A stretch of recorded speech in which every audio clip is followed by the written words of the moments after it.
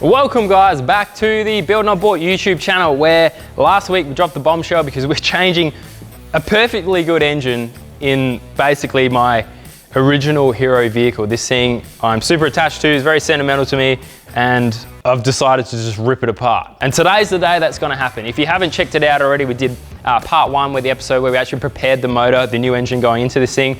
So now we've actually got the car in the shed and we're gonna start ripping it apart. So there's no point sitting around feeling sorry for myself. We're gonna hook straight into this thing.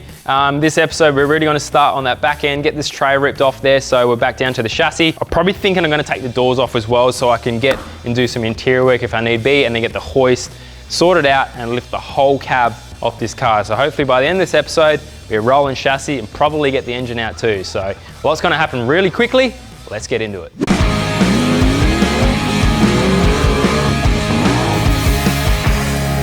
Oh my God! Oh, yeah. That was crazy.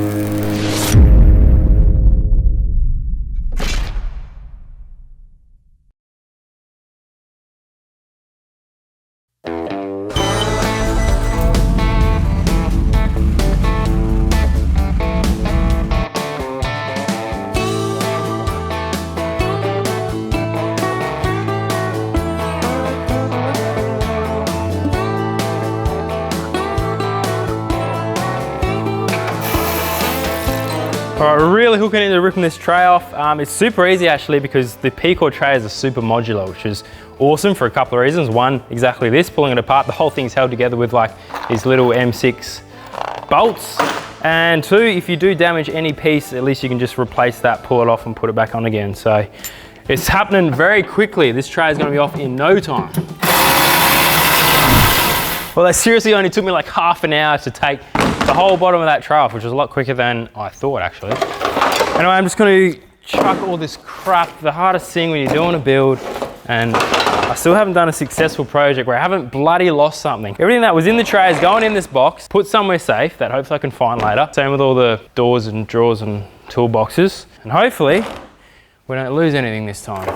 Anyway, once all this stuff is cleaned up and sorted, I think I'm going to whack it on the hoist, use the hoist to take the tray off because I've got no one here to lift it. Throw it on the car trailer, take that home and store it. So I've got some room in here, and then we can work out how we can get this cab off, because I want to hopefully reverse it in so we can work on the engine in the front, but worst case we'll have to drive it in forwards and just work around that corner, which is going to be a real pain to film in, but fingers crossed we don't have to do that.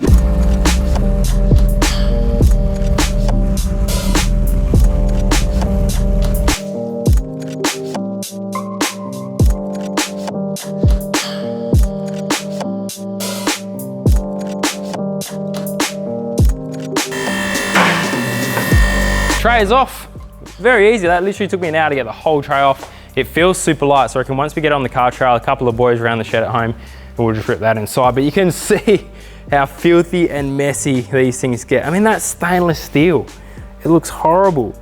You guys remember when they got that built? It's not that long ago. It's literally been a couple of months, so you really got to wash your floor dries properly. I get, like, with that tray, you get so much access to get in there and clean it with the gurney, and it still ends up like that. So that's why I'm taking the tray off, take this opportunity when the cab's off to probably respray the whole chassis, give it a new lick of rust proofing, and make sure we get rid of all this crap and gunk.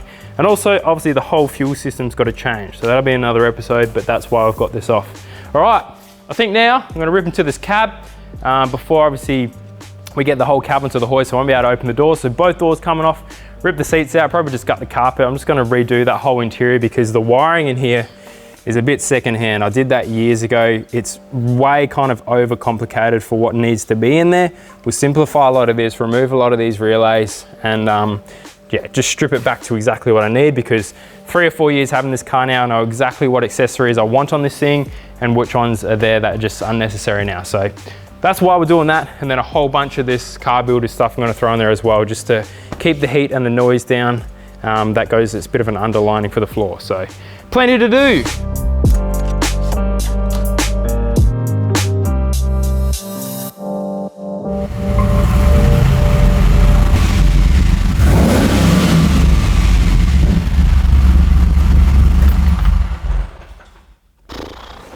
You know what's crazy? I think that was actually the last time this thing ever runs in this car. I'm a little bit sad. Okay, but here's the dilemma, hoist. I do want to have it forwards because it'd be so much easier to work on this thing facing forwards instead of backwards. But obviously these rear arms aren't going to reach properly. But what I think I can do is pull these pins out on the hoist and put the long arm at the front here and then the short arm at the back. So the short arm will just reach to there and then the long arm can extend out and grab something on the front there. And then we can move the whole thing forward if need be. So that's the plan. I'm going to spin them around, see if it'll work. And then if it works, I'll be happy to leave the car here and we can start ripping off the bonnet, get the bull bar off and then just hook into it, undo everything and hopefully just lift the body off with the motor still in the chassis. So that's the plan. Alright guys, so now we got to head down to Josh's from Sunshine Coast Patrols. Turns out there's a bunch of stuff on this motor that wasn't there, which was meant to be, I'm not sure. It's missing half the harness. It has no ECU, TCM or BCM, so there's no computers. It's a little bit of a worry, but let's not think about that too much at the moment. So we're gonna head down, he's got those bits, and he also said there's a whole bunch of other stuff that I'm probably gonna need that I didn't realize I needed. So let's see what he's got for us, and hopefully he can sort out the rest of the wiring that I need and get all the computers to get this thing running. Alrighty, here's the man. How you going, man? Yeah, good mate, how are you? Good to finally actually meet you. Yeah, it's been a while, isn't it? Like, I remember we were talking back in the day when you're starting building the, you know, your ute, and you're talking about doing the Series 4 stuff. Like, that's some of the biggest stuff we were involved with back in the day was Series 4 conversions. Like, we used to do front end conversions, interior conversions. We used to do pretty much it all, mate. You've been in the patrol game for how many years? A while now. Well, I changed names a couple of times. Like, I've always been interested, I've always been doing it. And it's one of those things that I was just so enthusiastic and passionate about. Yeah. And, you know, and there's some of my mates, it started off as a bit of a hobby and it just grew and grew. And like anything, you know, you keep trying to help people out. So when I heard about you doing DURAMAX stuff, I'm like, boom, light bulb moment. I need help with that. So what do we got here? As I mentioned, there's a few bits and pieces I was missing. So Josh has managed to rustle up most of the gear I need. So there's that body control harness, which this was my old engine harness, which I ripped off the motor. So the rest of the harness is there. It's got the BCM. You can get me an ECM, which is kind of annoying that that wasn't part of the motor. For some reason it was we actually, quite a fair bit now, we're importing quite a few DURAMAXes. So when you buy DURAMAX from us, we give you everything you're going to need for the engine. So it's ECM, TCM, BCM. We're going to give you the whole harness. So yeah, it comes with everything. So a few different pieces that obviously Sam didn't have with his engine. So we've got, there's a BCM for him right there. We've got a brand new high performance hub. So when he's down on the beach, giving it the absolute berries, it's going to cool that engine right down. So a few other little bits and pieces that he's going to need. We've got, so here's a speed sensor and Boss. There's also a Boss that suits the tone wheel that you're going to have to put on the transfer case. So that's that one there. Sounds like you just give me a heap of extra work I didn't know I had to do. It's become like bigger than Ben-Hur. There's a fair bit going on. So there's a few extra parts there. We're going to try and help out where we can. You know, we're definitely very excited about this build that's happening now. So the DURAMAXes, we've been excited for them for years, ever since I've done my own conversion. Just love it. Josh's one's out there. We'll go have a look at that. And he's got some Barra stuff going on as well. So we can see one completed and that might give me some more motivation for this. So let's go have a look. Awesome. Alrighty-o. Few motors. There's a bit going on out here, eh, boys? This was actually the one and only DURAMAX I ever drove. And it confirmed everything I imagined about them. It's just such a big engine for that car. I mean, they're designed for these massive Silverados and they just make light work of the Patrols. It'll completely change the way the thing drives. So super excited to see one finished. It makes it that much more real. How long ago was this one done? It was probably about 3 years. This one was, you know, like at the time, it was, you know, it was one of those projects. I bought the engine with not even intentions to put it in the car yet. Just one of those things I wanted to have ready if I ever needed it.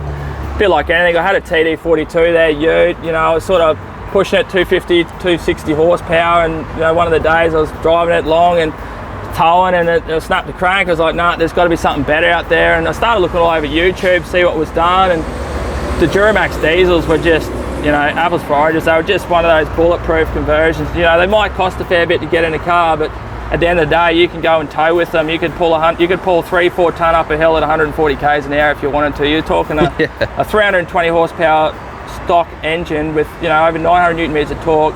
You know, you go bump a 50 to 150 horsepower tune and you're having a hell of a lot of fun with one of these things. Like, you know, like I took it up to Benarabi drags, and you know, for a fairly stock engine, it's got a 4094 turbo on it. It's got head starts. It's got an alternate firing order camshaft in it. you know, it hasn't got a hell of a lot of work, but you know, I'm running 12-second quarter miles out of it. Like, you know, how many cars can you say you went and built, and you know, it's pretty well a stock engine, and you can go run a 12-second quarter mile. Especially in a heavy car like this. Especially such a heavy car. So yeah, DURAMAXes, 10 out of 10. Definitely rate them. Yeah. All right. What else is going on here? Well, actually, we've caught a barra. Yeah, we've got a barra patrol over here. So we built this. Well, we started building this one probably about 12 months ago. We actually bought a FG wreck. We bought it and pulled the motor and box out of it, parted out the rest of it, and we had this 2012 GU Patrol. It's only done 80,000 clicks. Like, it's a not really tidy GU Patrol. We thought, let's throw the barra in it. So that's what we've done.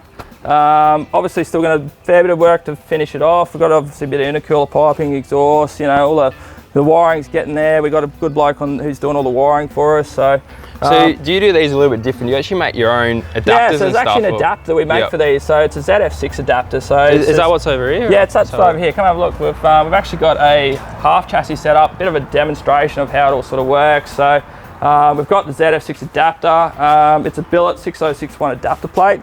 Awesome bit of gear. Never had a problem with one. We've got that many customers out there with them now that they absolutely rate them. So you know, you can't get much better for ZF6 adapters. And we actually have a full bolt-in system now. So for ZD30 owners, if you want to have your engine and gearbox out on a weekend, you want to start looking to put the barra in, we can send you a whole kit out, and you can have a barra and ZF6 bolted in your car in a weekend. I noticed that. Easy. Picks up the old mounts. Picks up the old mounts. Yeah, all the drive shafts are the same. No cutting and welding here. There you go. I know there's a ton of barra fans out there. You guys always tell me, Sam, put a barra in there. So if you're into that market, you're thinking about doing one, or you're about to start your conversion, definitely hit Josh. How do they find you? I'll struggle to find you. A little bit secret here. But I try not to get too much. Sunshine Coast Patrols. We're up in Gympie. Look, Facebook's the best way to get a hold of me. I'm trying to launch an online store again. Like we went sort of a bit quiet there for a while with some other things that were going on, but we're back in business and we're going to try and make things happen again. Yeah. So exciting times. Well, I've got a bunch of work to do, I think, now. So we'll let Josh get on with his day and see how we go with all this. Cheers, dude. Awesome. Cheers, thanks, man. Man, you know what's crazy? It took me like literally a whole year to put this motor in, and it's been all of like 2 hours and it's completely destroyed.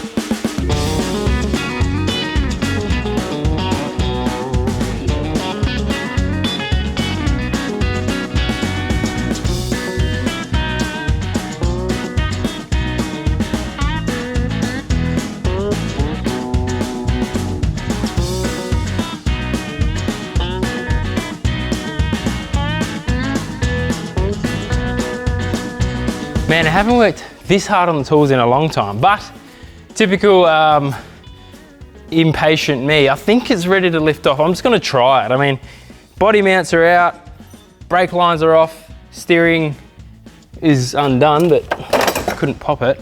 Wiring's undone, and we'll just see what's connected, eh? There shouldn't be too much. We'll start lifting it, see what happens.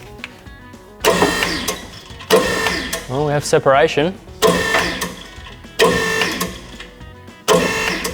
Let's wait for something to go snap. Okay. I'm just gonna walk around and see what still needs to be disconnected. So well, after rolling around on the floor for 10-15 minutes, I found a problem. Stupid me, the hoist is grabbing the body and the chassis. Oh man. So it's trying to lift both of them up at the same time. Silly boy. Take two.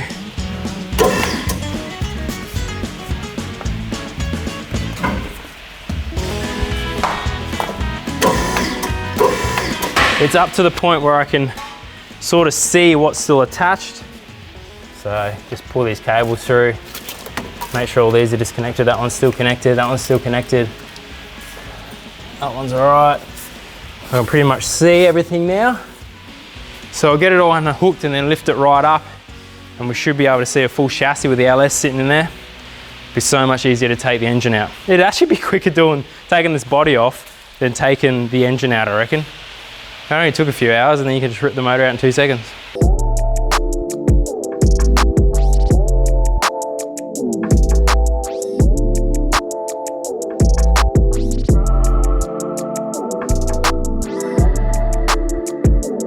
All right guys, and that is how you remove the body off of a Patrol, I guess. I'm gonna call it a day for today. There's a lot of work we did today. Probably one of the hardest days in the shed I put in a while. So tomorrow I'm gonna come back and we'll just really clean everything up, get all the wiring harness off, sort all these hoses and brake lines and stuff out, make sure everything's labelled before I forget where they go. And then we'll rip this engine out. Drive shafts off, exhaust off, bull bar off, to a bare chassis. That's the next stage.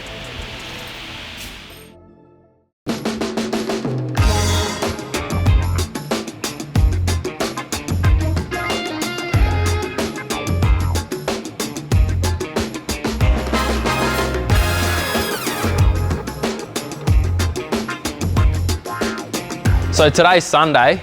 Boss said I don't have to wear uniform because it's not a work day. But here's the deal. I've taken the chassis around to Dino's because we're gonna give it a new lick of rust proofing, give it a full clean, water blast, and get all the salt and crap off. I don't know why I'm pushing that, it's not going down. But while we're here today, I'm gonna continue with the cab. I'm gonna jump on the inside now, get the seat out, get the rest of the plastics out, and start working on the wiring, get the cab side of the harness out because the engine harness came out as one piece, but the other plug on the ECU was fully wired into the cab. So I'm gonna rip all that out, start labeling everything. It's a bit of a timely process, this one. So just wire by wire, work out what they are, label them, rip them out if they don't need to be there, keep them if they do, and then I'm gonna clean up that backboard and try and reduce the amount of relays and fuses in there because it's a bit of a fire waiting to happen, I'm not gonna lie. Hashtag 80 caught fire the other day. Dude, having the cab at this height is so damn good. All right, this side wasn't too bad. It was pretty easy actually because ages ago when I built this car, because I'm thinking ahead of time, I actually put in my notes a big list of every fuse and each side and what they are. So new UHF, windows, rock lights, fuel pump, all the stuff's on there. Basically went through and confirmed everything, threw some labels on everything again. Most of that I'm gonna keep. I'm thinking probably keep these two little fuse panels here. So I'll keep one as main power from the battery for stuff that I want to use all the time, like Windows, UHF, ECU, stuff like that. And then the other one, just ignition. There won't be a whole lot back there, but there are a couple of things. So I might just leave those two panels there. The work's already done, why make more work for myself? Move everything that doesn't need to be there. I've stripped a lot out already and put it behind the dash for stuff that's gonna be right near the ECU. There is a feed that goes to a small fuse panel, which is on ignition right under the dash there, so I can use that for a lot of the other stuff. So now it's time to pretty much start reassembling things. I'm gonna clean this cab up, give it a vacuum, and then once the motor's in, work out what I need to add, and then it's a case of just plugging everything back in. It should work from there. Alrighty, so we're back down at Dino's now. Believe it or not, when I first built the Patrol like 3 years ago, I never took the cab off to do that rebuild, and little did I know it was like 3 or 4 bolts I had to undo and it would have come off, been so much easier. But I've learned so much recently, and obviously just like the 80, we've taken the cab off and it's the perfect opportunity just to give it a new lick of paint. Now, not only that, you'd be surprised how filthy they get after a couple of trips. I came in probably 3 or 4 months ago and got the thing rust proof, and that was obviously cab on, tray on, everything. But obviously you can't get on the top side. You can still see a lot of the original red dust from when I first bought it, because it used to be an ex-mining car. The red dust is there, which has actually preserved the paint a bit. Underneath it's like brand new. But we're really gonna give it a good clean degrease, get all the salt, crap, mud, a lot of beach trips and stuff. There's just been so much crap sitting on this thing. So once it's all cleaned up, I think it's like an alkaline neutralizer agent, whatever, that just neutralizes all the salt and crap, anything that can corrode, and then a fresh lick of the rust proofing. It should be good for years to come. So that's why we're down here. Might as well take the opportunity while the cab's off, do that full respray, and then once we're back at the shop, start with a fresh, clean chassis.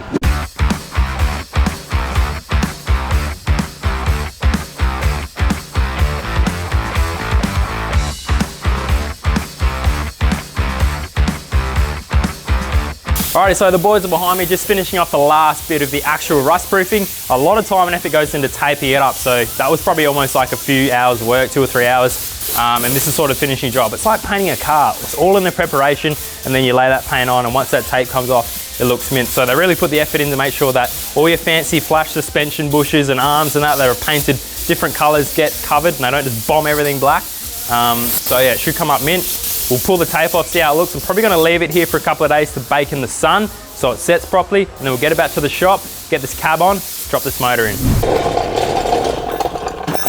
Righto, so while the chassis on the Patrol, so while the chassis on the Patrol is drying, we're gonna let that set for a couple of days with that rust proofing paint out in the sun. We'll move on to the last little stage of doing the conversion bits. Now the motor's out. I mentioned in the first episode, we need to sort out the transfer case. We're going to use this transfer case. I do have a case with a 63% reduction gear set in it, but talking to DURAMAX guys, the amount of torque these things have being auto, he reckons you put it in first low and stand on the brakes, it'll still just push through the brakes. You cannot stop them because they're so torquey and the gearing's so low. So ideally, you still want to keep the standard transfer case gear. So what we're going to do is pull this off, and we need to whack the adapter plate on. So this will go on the back of the transfer, on the back, the front casing, and then this will adapt to the Allison. So that's what we're going to do now. Pull the transfer off and then get it married up to the Allison, and then once they're all connected and we'll put the gearbox onto the actual DURAMAX, then that whole thing basically looking like this, the whole running gear, we'll lift it up the forklift again and drop it in the chassis.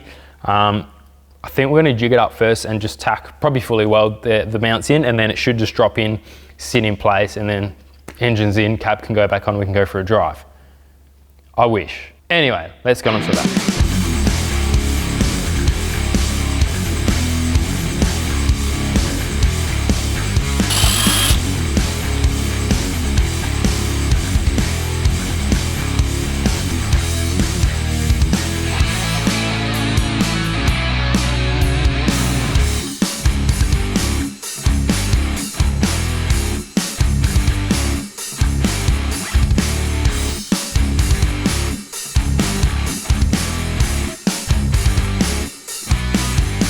Right, I got the transfer case all sorted and disassembled. I gave it a bit of a quick clean as well with some degreaser and brake cleaner just to get all the sand and crap off. Maybe respray it, I don't know, who knows, it's just gonna get rusty again anyway. And there's this tone ring wheel which gets that third speed sensor for the gearbox to basically shift gears. So that's a press fit on there. So we'll heat this up and drop it on, and then we'll heat this ring up, drop that on there. They go on after this plate gets put on. So that's what we'll do now, rip it off, get it all sorted, and then probably might just use a bit of this propane if you be real careful. Otherwise, the best thing to do is just chuck it in the oven and definitely not your microwave.